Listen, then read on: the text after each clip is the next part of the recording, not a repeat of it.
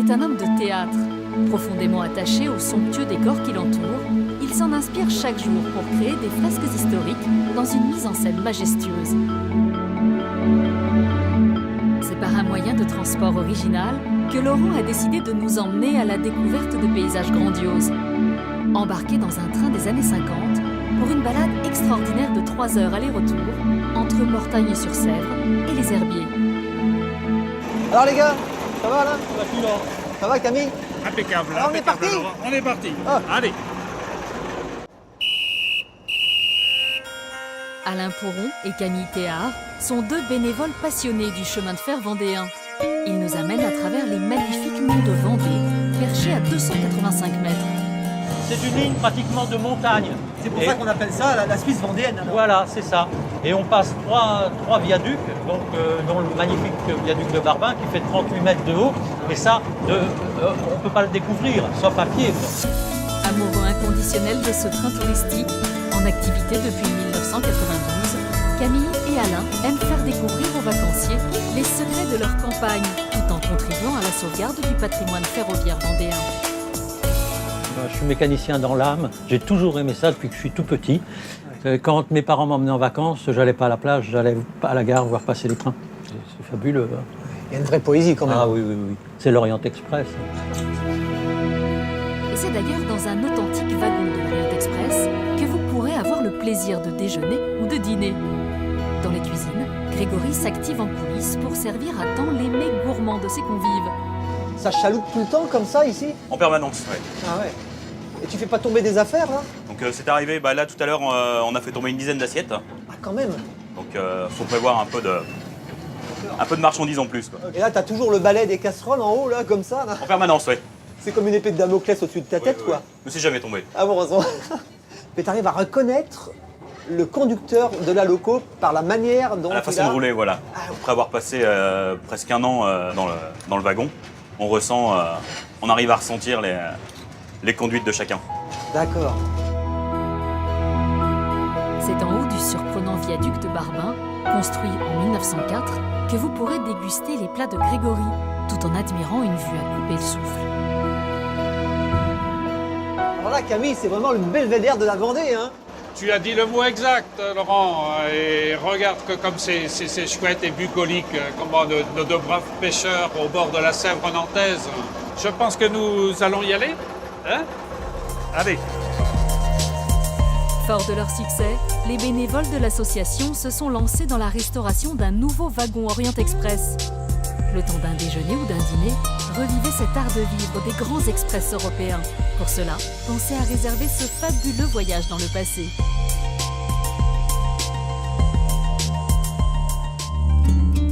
Dominant la vallée de la Sèvre, le château de Tiffauges nous transporte dans l'incroyable histoire de la Vendée médiévale. Cette forteresse de la démesure, connue comme étant le château de Barbe-Bleue, compte 700 mètres d'enceinte et abrite le plus grand conservatoire d'Europe de machines de guerre héritées du Moyen-Âge. Pour cette plongée dans le passé, Laurent a tenu à retrouver Renaud Beffette, un spécialiste des machines militaires médiévales. Quel site magnifique. Et oui, c'est un château, on est sur le plus grand site fortifié de l'Ouest, 3,5 hectares enceint de bonnes et fortes murailles, comme on disait à l'époque. Alors, pourquoi ce château de Marche? C'était pour surveiller. Ici, on est en Vendée. Oui, le Poitou, quoi. Le Poitou, oui. Là-bas, le clocher que tu vois, c'est la Bretagne. Ah bah oui. Et puis là, les maisons que tu vois, c'est le Maine-et-Loire, l'Anjou. Donc, on surveillait 3 provinces en même temps. Le château de Tiffauges devint la propriété du sulfureux Gilles de Rais au XVe siècle, quand celui-ci épousa Catherine de Thouars. Personnage d'ombre et de lumière, Gilles de Rais fut l'illustre compagnon d'armes de Jeanne d'Arc pendant la guerre de 100 ans. Renaud emmène Laurent dans un endroit secret de Tiffauges pour lui raconter un aspect plus ténébreux de la personnalité du seigneur de guerre. Alors là, Laurent, tu vois, je t'emmène dans un endroit qui est vraiment, vraiment interdit au public, là.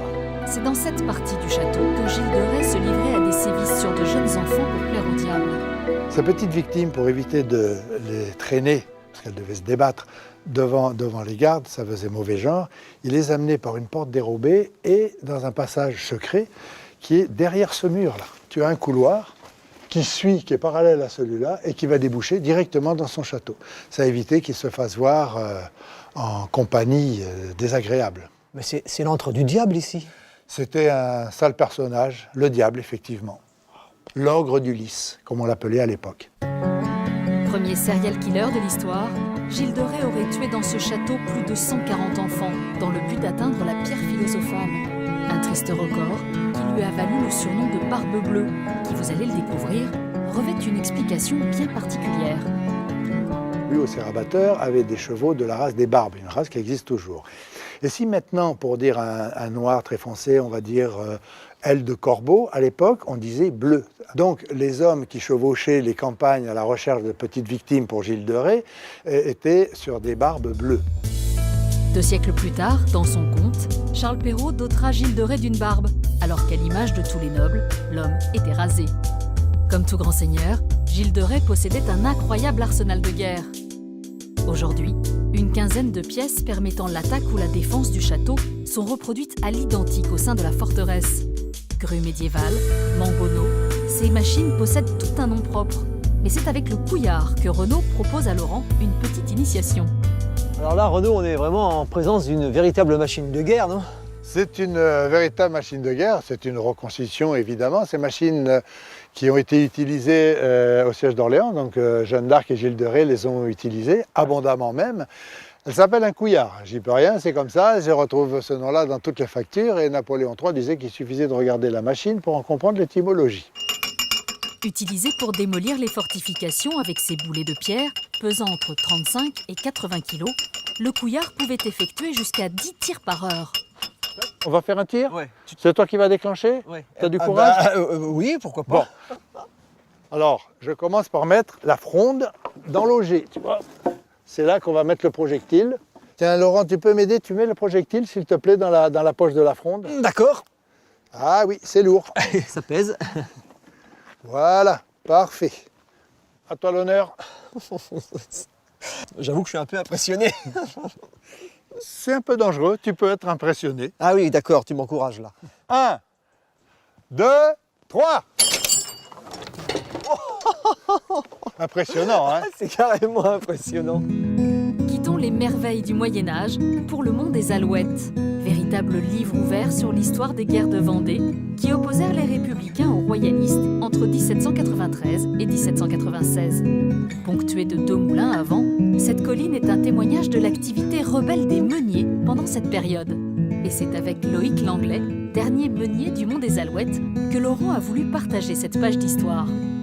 Durant les conflits, les meuniers ont aussi un rôle d'informateur, puisque grâce à la position des ailes, en fonction de leur positionnement exact vis-à-vis de la tour, ils pouvaient informer les armées blanches, en tout cas les Vendéens, sur l'avancement des troupes républicaines, les Bleus. D'accord. Et sur les 8 moulins présents à l'époque, seulement 2 passaient le code. Les autres continuaient à travailler normalement. Par exemple, dans cette position exacte ici, La croix grecque. la croix grecque exactement, cela signifiait rassemblement. Donc les Vendéens devaient se rassembler pour se préparer au combat. Au XVIIIe siècle, en pleine guerre de Vendée, 1600 moulins jalonnaient le bocage. Les 2 derniers, encore présents aujourd'hui, ont été magnifiquement restaurés et inscrits à l'inventaire des monuments historiques en 1975. Une merveille que vous pourrez découvrir avec Loïc, qui vous fera pénétrer dans ce haut lieu de la mémoire vendéenne. Alors ici, on commence le processus de fabrication de la farine, donc processus traditionnel, puisque le moulin a commencé à tourner a priori au XIIe siècle, et nous, on n'a rien changé à tout ça. Donc ce qu'on fait là, il y a 800 ans, on le faisait exactement de la même manière. En fait, ici, tout est mécanique. Tout est mécanique et fait constitué de plusieurs matériaux. Donc ici, on a la grande roue, le rouet qui est fait en bois, tout comme la lanterne. Le gros fer, comme son nom l'indique, est en fer, et lui va entraîner la meule tournante, parce qu'elle tourne tout simplement. Ouais. Elle est en granit? Non, elle est en silex. Et comme on n'a pas de silex en Vendée, on est obligé de les faire venir de la Ferté-sous-Jouarre, donc en région parisienne, où là, il y a des carrières de meules qui existent depuis toujours. C'est ce savoir-faire ancestral que Loïc a plaisir à faire perdurer. Tu penses que la meunerie aujourd'hui n'est pas du tout la même de celle qu'on rencontrait il y a 50 ans ou 100 ans? C'est la même chose, mais c'est comme fabriquer des chaussures à la main et fabriquer des chaussures avec des machines. On fait le même métier, mais pas de la même manière. Et voilà, ici on arrive à l'étage où tout se fait, et donc où tu as les produits finis, et je te montre cette farine ici. Donc ça c'est la plus épaisse, c'est le petit son. Ah, pourtant c'est fin. C'est très fin, mais regarde, comparé à celle-ci, Ah oui, en effet. elle est beaucoup plus fine. Et surtout, regarde, beaucoup plus blanche. Ah oui, oui. J'ai l'impression que c'est une véritable passion pour toi, le moulin. C'est une passion, ouais, c'est un grand plaisir surtout. Un grand plaisir de travailler là. Écoute cette ambiance. On se laisse bercer, on a même envie de dormir. Ça te donne des ailes en quelque sorte. Ça me donne des ailes, ça me fait voyager. Un voyage que nous poursuivons dans un autre haut lieu des guerres de Vendée. Le magnifique logis de la Chaboterie nous transporte à la découverte de la figure emblématique du général Charette, chef des armées vendéennes, opposé aux Républicains. C'est pour remonter sur les traces de celui que l'on surnomme le roi de la Vendée, arrêté dans les sous-bois de ce domaine, que Laurent part retrouver Jacques Ravelot du Parc, passionné par le passé de ce lieu. Je t'attendais plus tôt. Comment vas-tu? Bien, Jacques. Vendée pluvieuse, Vendée heureuse. Oui, oui. Ouais, je me baladais, j'ai envie d'aller voir la croix de Charette, ça fait longtemps que je ne l'ai pas vue. Ouais. Ça t'embête pas si de venir? Ah oui, alors un petit coin de parapluie. Ah oui, ça sera bien aujourd'hui. On y va? Ouais, on y va. Voilà, on arrive. Je ne vais pas t'apprendre ce que c'est que cette pierre ici. Ici fut pris par le général Travaux, le général vendéen François Athanase Charette de la Contrie. Charette, le héros des guerres de Vendée. Il a tenu 3 ans dans ses forêts, dans ses taillis, pour combattre les armées républicaines. Et ça, c'est vraiment ancré dans les mémoires. C'est dans le tempérament vendéen aussi. Hein. La devise de Charette, c'était combattu, Souvent. battu, Parfois. abattu. Jamais. Ah, tu connais bien tes classiques. Hein. Moi, je te propose, avant qu'il y ait encore une grosse averse, qu'on retourne là-bas. Ça te va? Oui, on y va. Allez, oui. Le 23 mars 1796, le général Charette, arrêté dans les sous-bois de la Chaboterie, blessé, est ainsi transporté dans les cuisines du logis, devenu campement républicain. C'est l'atmosphère de ce moment unique qui transparaît encore aujourd'hui dans les murs épais de ce manoir du XVe siècle. Voilà. Bon, on va se mettre les pieds au sec un petit peu, Laurent, si tu veux. Je t'en prie. Alors, fais très attention, parce que là, tu es dans un lieu extrêmement important. Ah bon? Ça, devant toi, c'est la table, le banc, où Charette, quand il a été conduit ici, après la statue qu'on a vue tout à l'heure, il a été conduit ici, blessé, évidemment, très grièvement blessé, d'ailleurs. Et ils l'ont mis là, il s'est assis sur le banc, et je pense qu'à l'endroit où je suis, Charette a effectivement posé ses mains, ses bras, sa tête. Enfin, il était évidemment épuisé. Il sait qu'il va être jugé, il sait qu'il va être condamné, il sait qu'il va mourir. Je trouve que c'est quelque chose de très troublant. Quelque chose aussi de très théâtral. Vous imaginez, quand les siècles qui passent après, les gens qui réfléchissent à ça, ils disent qu'a pu penser cet homme-là? Mais la Chaboterie ne pourrait être résumée que par l'histoire du général Charette. Lors de votre visite, laissez-vous charmer par son exceptionnel jardin clos à la française, où se mélangent 120 variétés de fleurs, et par son architecture typique du bas Poitevin. Pour conclure son superbe voyage dans la campagne vendéenne, Laurent a tenu à retrouver Isabelle Annonier, cuisinière hors pair et charismatique propriétaire de la ferme du Moulin Minier. Un moment chaleureux pour découvrir une recette typique, le farci Poitevin. Bonjour Isabelle. Ah, salut Laurent. Tu vas bien? Ouais. Bon. Alors, tu ramasses tes ingrédients pour le farci Poitevin? Bah oui, hein. Les côtes de bled, tu vois, elles sont belles, hein. Regarde, Oui, il y en a carrément, une quantité quand même, hein. Donc on va pouvoir faire des terrines avec ça, hein. Bon, eh ben on y va alors. Bon, on y va, ouais. Le farci Poitevin était autrefois cuisiné dans les fermes vendéennes, aussi bien comme plat quotidien que pour les grandes occasions. Pour faire ta recette, tu as besoin de quels ingrédients? Alors donc, la viande que je vais mettre à mijoter tout doucement, là, tu vois, je vais aller faire cuire ça comme ça, là, tu vois, je vais aller mettre ça sur le feu, hein, voilà.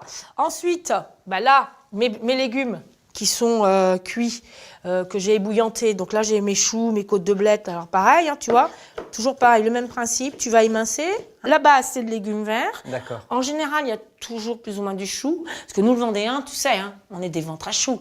Pourquoi ventre à choux d'ailleurs? À l'époque, les gars, ils avaient des grands tabliers bleus, tu sais. Ils ont une petite coupe où ils coupent le chou, puis ils le mettent dans le tablier qui reprennent comme ça. Ça fait une ventrée de chou. Un ventre à chou, tu vois. Une ventrée de chou. Les légumes verts, manquant parfois de goût, n'hésitez pas à relever votre mélange avec quelques épices, puis ajoutez le porc qui aura cuit 15 minutes à la poêle. C'est bon, tu vois. On va mettre ça comme ça, voilà. Hein.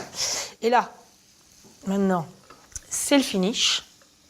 Donc, tu mets des œufs, parce que les œufs, ça a la propriété de lier les choses. Donc le blanc, ça va lier. Hein. Ok, donc tu vois, tu vas juste de la crème fraîche, parce que ça parfume aussi, ça finit le tour, tu vois. Ça va faire quelque chose de sympa. Ah oui, après. t'es généreuse là. Hein. Oui, non, bah oui. Ouais. Ah, il faut être généreux. Il faut être généreux pour pouvoir nourrir les gens. Ah ben non, autrement, tu peux pas faire ce métier-là, c'est pas possible. Et voilà, tu vois. Et là, notre terrine, tu vois, ben, là voilà, Ouais, c'est... elle est faite. Cette recette symbolique de la région, Isabelle la tient de son père, qui lui-même l'avait apprise de sa mère. Car dans cette famille de fins gourmets, le goût des bonnes choses est avant tout une affaire de transmission. Et c'est cette convivialité qu'elle est heureuse de partager aujourd'hui avec Laurent. Donc là, hop, on va la goûter, Oui. hein, parce que là, ben, ça y est, elle est prête. Alors, elle n'est pas froide, elle n'est pas trop chaude, elle est juste tiède, tu vois. Elle est parfaite, quoi. Ben voilà, elle est parfaite. Regarde ça. Voilà. Et alors, on va se manger ça. Hein. Tu sais quoi? Je crois que c'est la première fois que j'en mange. Bah, t'es temps alors. Hein. T'es temps que tu viennes ici. Hein, parce que il y a longtemps que ça existe, le Bah farci oui, pois de mer. mais je regrette pas d'être venu au Moulin Minier. Hein.